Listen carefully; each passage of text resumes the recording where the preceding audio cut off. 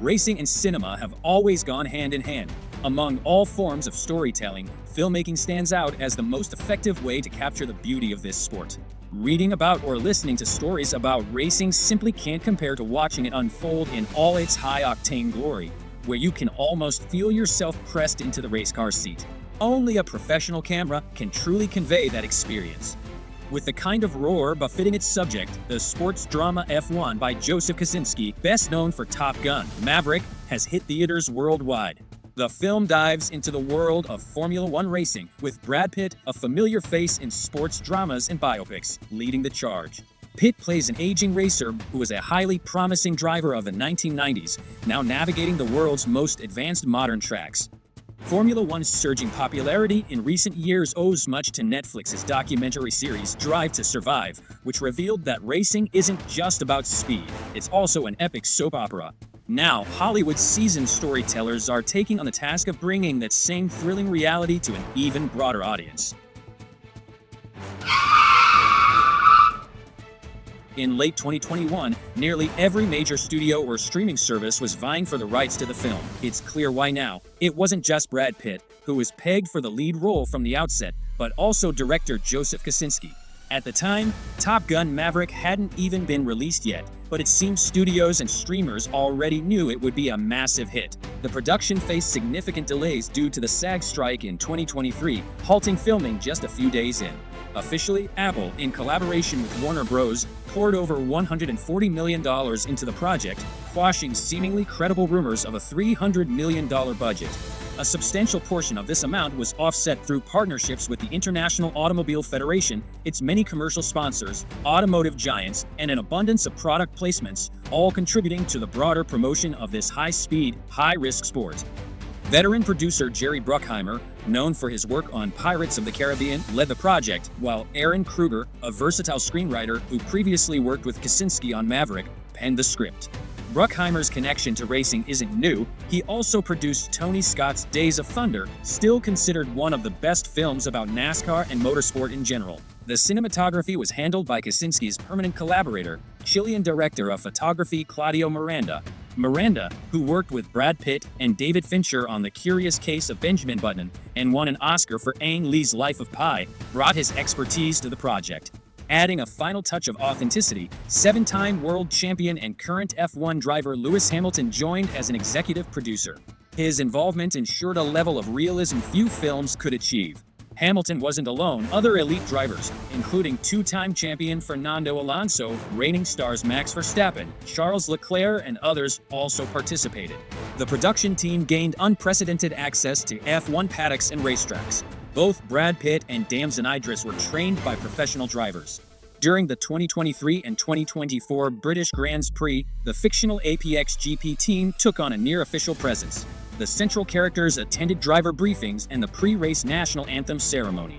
APX cars were also spotted on the grid during pre-race preparations and even at the start of the formation lap. The team's garage and pit wall setup were so impressively detailed that McLaren driver Lando Norris remarked they looked better than some real team's facilities, admitting he was a bit envious. Joseph Kosinski is a filmmaker who consistently sparks genuine curiosity. His career took off with the post-apocalyptic Tron Legacy, celebrated for its striking visuals and attempts at exploring philosophical themes. He followed that with Oblivion, an original sci-fi film boasting an intriguing plot and an even bigger budget, though it underperformed at the box office. Even Only the Brave, a grounded story of everyday heroism that earned critical acclaim and praise from many viewers, struggled financially. Kosinski's streaming feature Spiderhead, despite its star-studded cast, was an all-around flop, plagued by dismal reviews. Regardless of a track record riddled with high-budget disappointments, Kosinski's career wasn't prematurely written off. In 2022, his moment of validation arrived with the release of Top Gun Maverick, the sequel to the iconic 1986 film. The formula for success was simple. Kosinski didn't reinvent the wheel. Instead, he crafted a solid action movie with a straightforward, quest-like plot. He delivered stunning widescreen visuals and masterfully captured the sensation of speed, critical for such a motion picture. The result? A jaw-dropping $1.5 billion in global box office revenue during a still pandemic-affected era, which earned Kosinski significant goodwill from studios. In Maverick, Kosinski famously had actors sit in the cockpits of real fighter jets. For his Formula One film, Pitt and Idris also piloted actual race cars, albeit modified Formula 2 vehicles designed to resemble the top-tier machines. Kosinski seems to be following in the footsteps of the late Tony Scott. After crafting his own Top Gun, it feels like a natural progression for him to move to a spiritual successor of Scott's Days of Thunder, the 1990 racing drama. Interestingly, both F1 and Days of Thunder share not only the same producer Jerry Bruckheimer, but also the legendary composer Hans Zimmer. This raises the inevitable question: why didn't Kosinski bring Tom Cruise on board again, given their recent $1.5 billion collaboration? The director candidly explained that Cruise, at this stage in his career, would likely have insisted on performing increasingly dangerous stunts, risking real-life injury. By contrast, the level-headed and pragmatic Brad Pitt was more than happy to let professionals handle the extreme stunts. The deeper reason likely lies in the character itself. It simply doesn't suit Cruise's persona. No one would buy him as a man who squandered his career, lost everything to gambling, divorced 3 times, had countless affairs, briefly drove a taxi, and now lives out of a trailer, seemingly at peace with it all. Brad Pitt, on the other hand, is a perfect fit. That backstory might as well be written on his face. Plus, Pitt has no qualms about trailer life, though Cliff Booth's setup in Once Upon a Time in Hollywood was a touch more upscale. The character of Sonny feels pulled straight from pop culture, a seasoned cowboy with wise eyes, someone you wouldn't dare mess with. But he's also tailored down to the last detail to suit the persona of an F1 legend, teaching the younger generation old-school ingenuity, along with a touch of class and style, feels like his natural calling. Where Cruise would typically bring intense, superhuman focus and death-defying stakes to the role, Pitt perhaps just as naturally remains slightly detached, even when taking a corner at close to 300 kilometers per hour. And why wouldn't he? After all, this is the same man who calmly and almost disinterestedly dispatched Bruce Lee in Tarantino's movie. Sonny Hayes was a rising star in Formula One during the 1990s, poised to become the next Ayrton Senna. However, after a devastating crash narratively tied to Senna's own tragic accident, he couldn't make a full comeback and lost his place among the sports elite. 30 years later, Sonny lives out of a van, scraping by with low-stakes endurance races. That is, until his old racing buddy, Ruben Cervantes, played with fiery energy by Javier Bardem, shows up, not at Sonny's van, but at a dingy laundromat. Ruben, dressed in a sleek suit and stepping out of an expensive car, offers Sonny a spot on his struggling Formula One team. Ruben's team is dead last in the sport's top league, and without rapid progress, he risks losing it altogether.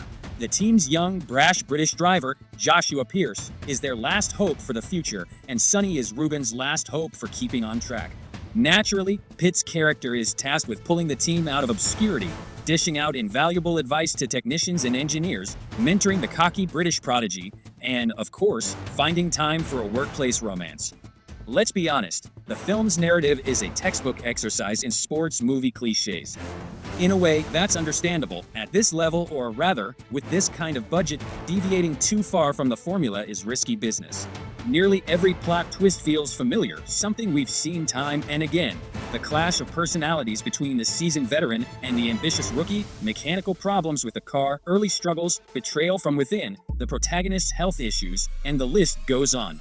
Not only are these tropes overused, but many plot threads are either left unresolved or introduced late in the film, often in the last half hour, only to quietly fade away.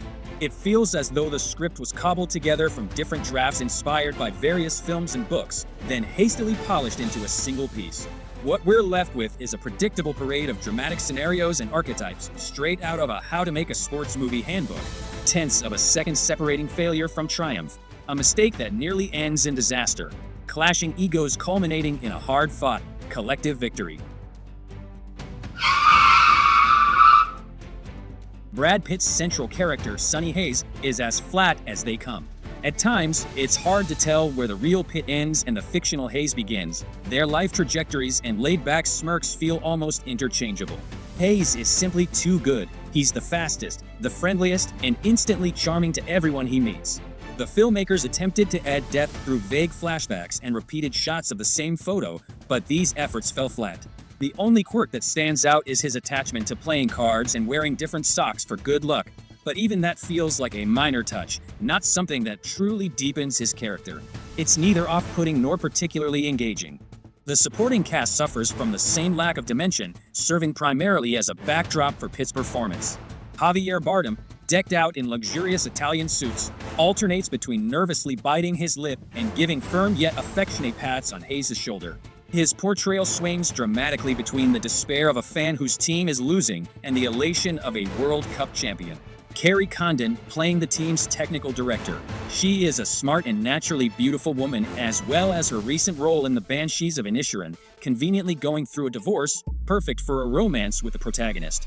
To her credit, she's more than just the hero's love interest. Her intelligence and expertise are vital to the team's and the story's success. Team principal Kasper Smolinski starts off skeptical of Sonny, but eventually comes to trust in his skills and experience. Meanwhile, Tobias Mingus' slimy investor is the only character with even a hint of negativity. He smirks deviously, roots against his own team, and secretly complains to officials and management, but his antagonism feels more like a plot accessory than a genuine threat. As for Joshua Pierce, Sonny's young teammate, it's obvious from the start that he's a cocky but salvageable talent. He doesn't have a girlfriend, but he does have an overprotective mom who steals one of the film's most memorable scenes. In it, she freezes in front of a massive portrait of Pitt, whom her son had dismissively described as an old geezer pushing 80. Her final verdict? Turns out he's a very handsome man. Pierce, who initially mocks Sonny's age as does just about everyone else, gradually develops a deep respect for him. Along the way, he learns important lessons, both professional and personal, the biggest one being that social media hype isn't everything. In truth, Formula One has never seen a driver return to the sport after a 20-year hiatus. The closest examples in the 21st century are Robert Kubica and Luca Badoer, who came back after 9 and 10 years away, respectively, though neither achieved spectacular results. As for drivers Brad Pitt's age, Formula One hasn't seen anyone like that since the 1950s, when the physical demands on racers were far less intense. That said, Pitt, now 61, hasn't lost an ounce of his magnetic charisma. Still in incredible shape, he looked every bit as sharp as 41-year-old Fernando Alonso, the oldest active F1 driver, on the starting grid of the British Grand Prix. Objectively, the movie itself begs to be compared to a race car. Yes, there's no avoiding that metaphor. Like a typical Formula One car, the film is plastered with sponsor logos from head to toe. Created in collaboration with the FIA, which oversees Formula One, it was shot on real tracks, and the screen is filled with appearances and mentions of actual athletes, crew members, media personalities, celebrities, and most prominently, brands and corporations. To call it a $150 million long promotional reel wouldn't be too far off the mark, especially with a grand finale set in the Emirates, a region well known for its lavish spending on world-class sporting events. But promotional films can come in many forms. Just look at FIFA's United Passions, a big-budget project released ahead of the 2014 World Cup, which famously made a laughable $918 during its opening weekend. Kosinski, however, delivers action with modern technical mastery paired with old-school clarity, making it an absolute joy to watch Brad Pitt race to a soundtrack that swings from Led Zeppelin to Roddy Ricch. Director's vision skillfully shifts between the cockpit and the pit lane, immersing viewers in the high-tech world of Formula One, where every inch of the car is wired with sensors, monitored by a hyper-alert and highly skilled team.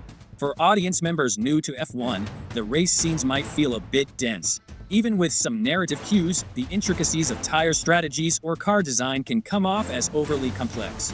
Thankfully, the film compensates by ramping up the emotional stakes. Cue a couple dozen people clutching their heads in despair or exploding into cheers at just the right moment. And if that doesn't drive the point home, there's always champagne. For those who still don't get it, fireworks. The soundtrack deserves a separate mention. With Hans Zimmer as the composer, it's surprising how generic the music feels, bland, background audio that fails to stir any emotion.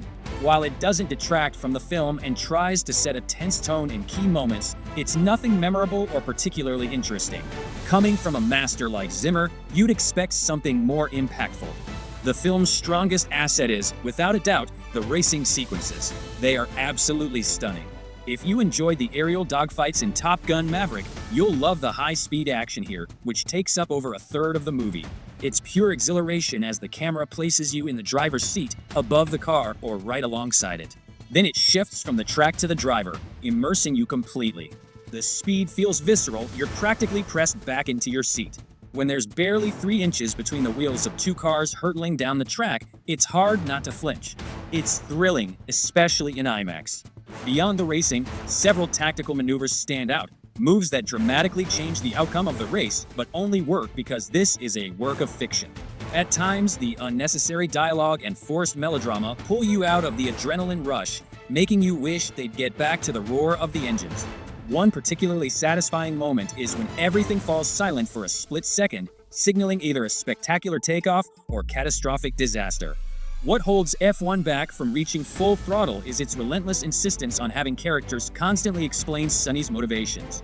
The same issue extends to the racetrack, where sportscasters narrate nearly every moment. While this might be necessary in a sport where tire strategies and pit stop timings are second nature to fans, it often feels excessive on the big screen.